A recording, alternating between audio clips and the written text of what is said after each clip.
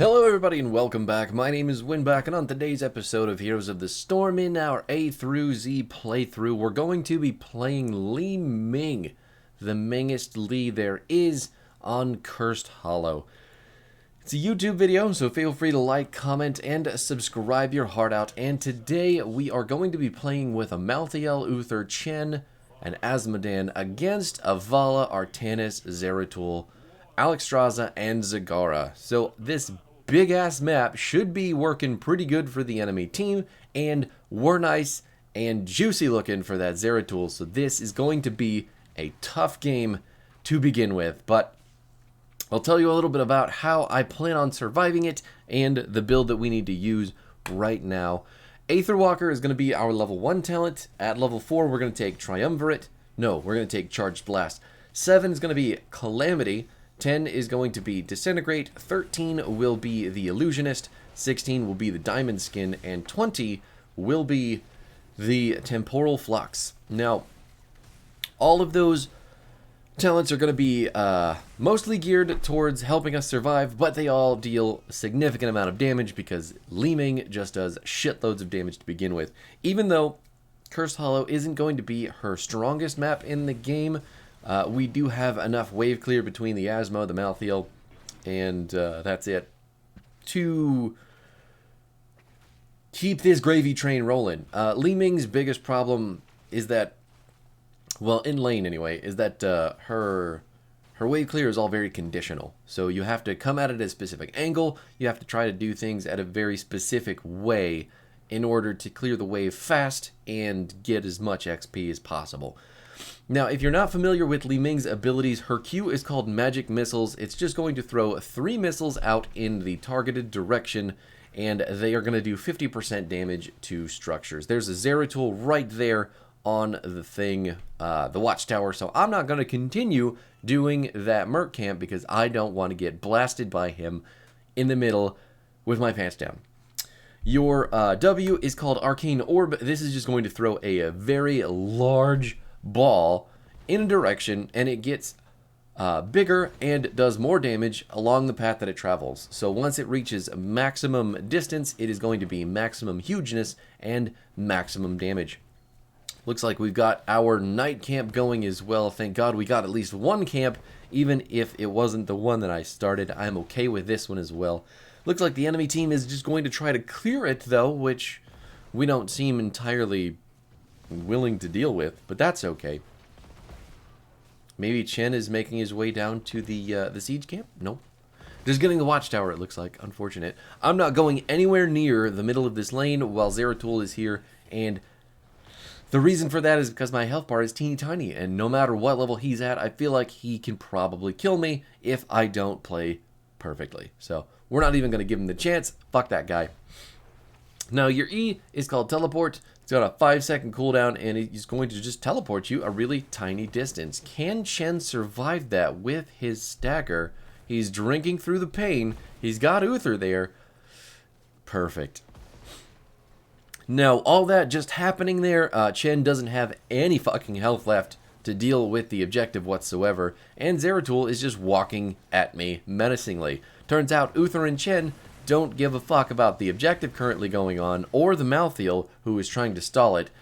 And here we are. I'm getting zoned religiously by the Zeratul. There's nothing I can do. Asmo didn't feel like coming to the first objective, so we're just going to give it up, along with a kill. Pretty unfortunate stuff, but that's just how it goes.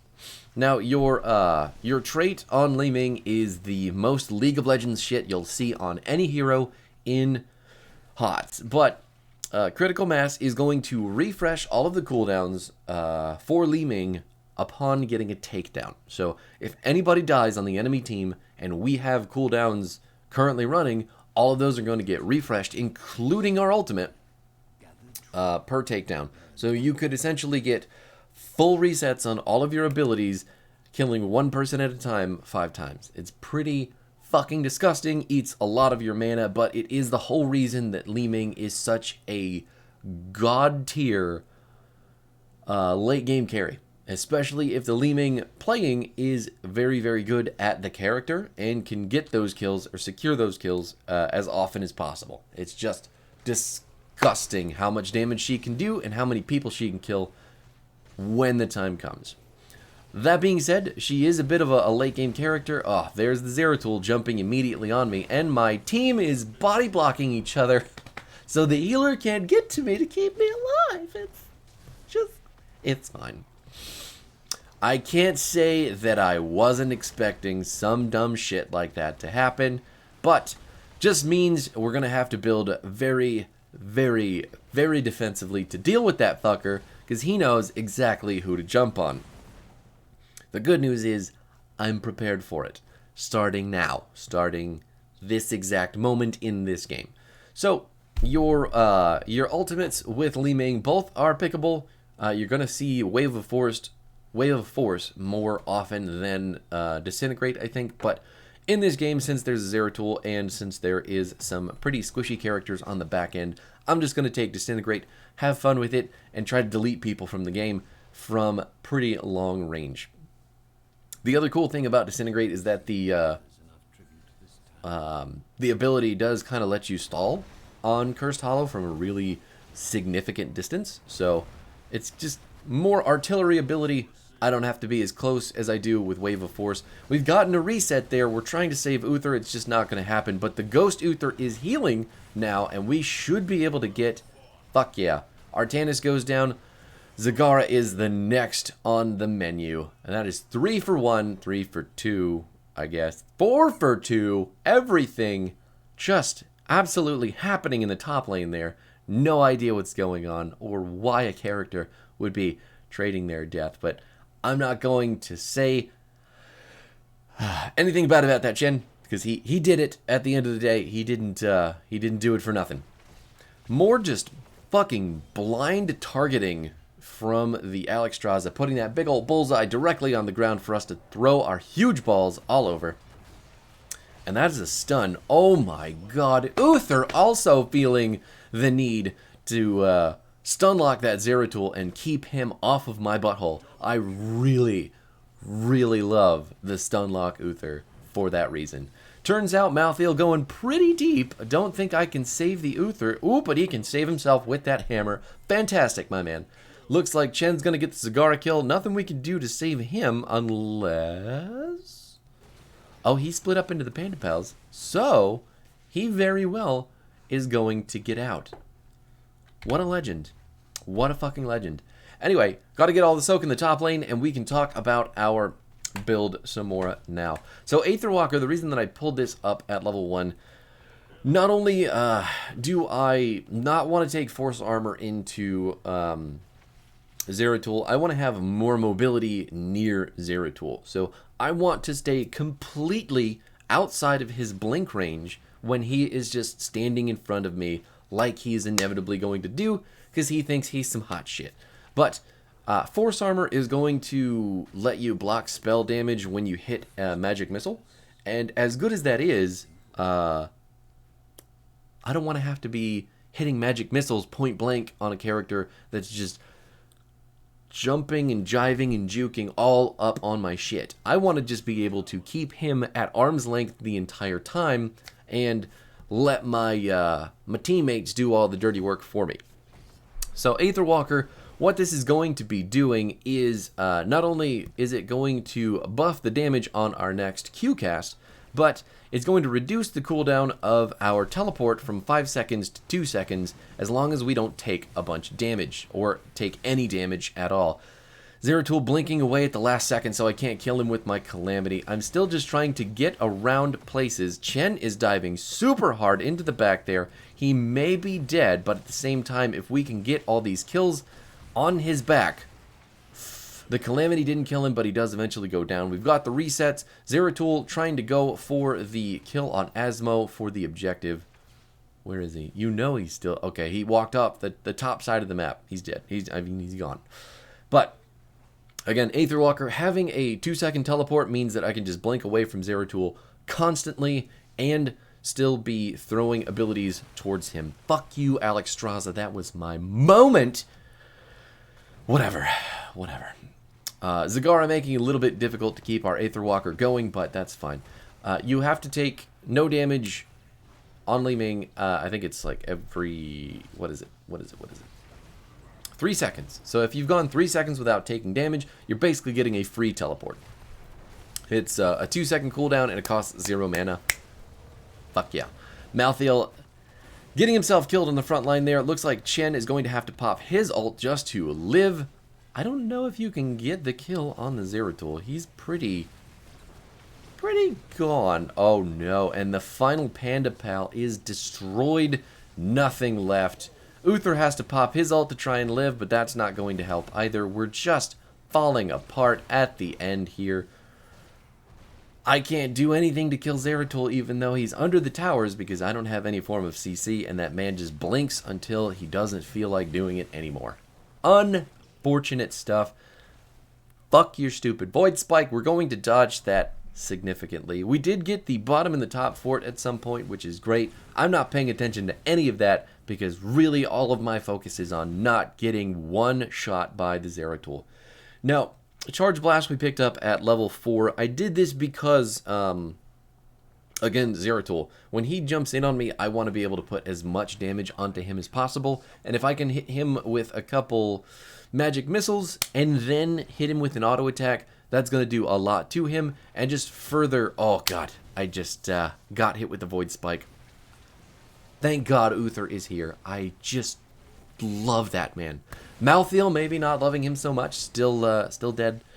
And Artanis has the spell armor, too. So all of our abilities are getting eaten by that fucker when he has his shield up. Unfortunate. The curse is going. I mean, we're distracting the enemy team pretty well, so they're not making good use of it. But at the same time, it's still pretty frightening because if Zeratul ever shows up, we have to immediately back up. And Uther holding that bush, trying to keep the enemy team away from this keep wall. We blinked through the Void Spike. Perfect. Getting the heal from the Uther. Alexstrasza is gone, and the... Oh my God, the Divine Storm not able to hold Zeratul in position long enough. He's going to blink in. He's not going to blink in. The Uther had the hammer. That man is dead, and so is the Alexstrasza because my fucking healer is just on fire. Really awesome stuff from that man. And Asmo really holding off the 2v1 down there in the bottom lane. Fucking good shit. We only lost one, probably 2 buildings because Artanis is middle right now, but anyway. Yeah, Charge Blast was just going to let us do more damage up front in kind of melee range to Zeratul. That's the whole reason that we picked that talent. The Calamity is just the best talent at the tier. I don't think you should be picking anything else. Anyway, even though I really like Seeker, you have to build completely around Seeker, so not good into Zeratul whatsoever. Your Disintegrate, again, long range, really good at unstealthing Zeratul. Illusionist is going to be the first of our defensive talents. If Li Ming loses more than 20% of her health at once, which she often will with Zeratul, it's going to refresh the cooldown of our blink. Not only that, but it's going to increase the distance of our blink as well, which is insanely helpful for getting away from that prick. Especially if we can blink the initial onslaught of him with our Aether Walker, and then we've got the reduced cooldown, and then we've got a completely changed cooldown. The Calamity finally getting the Zeratul kill. Fuck yeah. Yeah, but if he does a whole bunch of damage to us, we've got the reset. We've just got a lot of blinking possibility against Zeratul with this build, which is really good for keeping away from him and making him waste a lot of cooldowns to chase us down. It's awesome. He's got to use his Seeker to jump in. He's got to use his Vorpal to chase after, and he's got to use his regular blink. Ooh, Sharknader taken out. Last Rites dropping on top of the Alexstrasza's head before she could get her Cleansing Flame back. It looks like Artanis may be the next to go, but that spell armor is keeping him alive for ages. Oh my God, I need to get away from him. There's the Illusionist range on our teleport again, so good. So not only is it a defensive spell in giving you further blink range, but it's actually giving you more range to blink for Calamity as well. So if you want to be an aggressive blinking in, kind of killing people, Li Ming, ooh, he's full health. I'm not. We've got the diamond skin. My team is here. There's the Uther with the stun. Check it. God, that felt good. Like, when your team is just so ready to keep you alive. I mean, these players are just tickling my balls with the goodness. My Li-Ming balls, the ones that travel across the screen, not the other balls that you're probably thinking about. And then Diamond Skinned at 16, it's just 25 of Li-Ming's maximum health for 4 seconds, anytime that she blinks. So technically you can get a massive shield with as often as we can blink, but at the same time, it has a defensive talent at a 16 tier, which feels kind of bad, man. Not going to lie to you. The only reason that we're taking it is for the Zeratul, and down goes the Artanis with the Stunlock D-Storm Uther ultimate. My god. He just... zero remorse for that, man. Our team hates melees, apparently. Uther taking a bit of damage from Zeratul, who is a little bit frustrated, it looks like, about all the CC. And then at 20, we're taking Temporal Flux because slowing to a maximum of 60% with our Disintegrate is, again, just another tool in our kit for keeping Zeratul at bay and maybe locking down some long-range targets. Looks like Malthael might be pretty close to dead. Yep, there it is. But the stun from the Uther, the bait is real. Malthael trading his life for an Uther stun lock kill on that Zeratul. My god, that was fancy. We just need to kill the core. I don't know what particularly I'm looking at, but even if I die for this, I think Chen's got it. Yeah, Chen's definitely got it with his Panda Pals. Nothing's going to be able to kill him in time to end that, and there we have it. Is that my second death of the game? Yeah, second. As it turns out, Li-Ming, pretty fucking good. Pretty good. And I didn't even play this character to maximum efficiency because I am very bad at her. But you'll often hear people describe Li-Ming as the tank player's mage because everything that she does is just built to follow up on top of CC. So anytime Uther lands a stun or a Divine Storm, all of our abilities can just go onto whatever target is stunned and make sure that they are just fucking deleted from the game. Really good stuff. Who beat us in damage? Zagara and Vala beat us in damage. That's unfortunate. How many times did Zeratul die? That's the real 6 times. That's the real measure of greatness for this game. Fantastic teammates. Really, really doing everything that I needed them to do. It was rockin'. So your build is going to be Aether Walker at 1, Charge Blast at 4, Calamity at 7, Disintegrate at 10, Illusionist at 13, Diamond Skin at 16, and Temporal Flux at 20. This is basically an anti-Zeratul build. You only have to use this when playing into him like that, but I still like it. I still like Aether Walker. I don't think most people do, but it's really fucking fun. Just super fun stuff. Anyway, that is going to do it for me. We will close this week out. I will be back with the most problematic hero in the entire game on Monday. Or should I say heroes? The Lost Vikings are going to start next week, and you know, that's just trauma waiting to happen. So I'll see you there. Bye.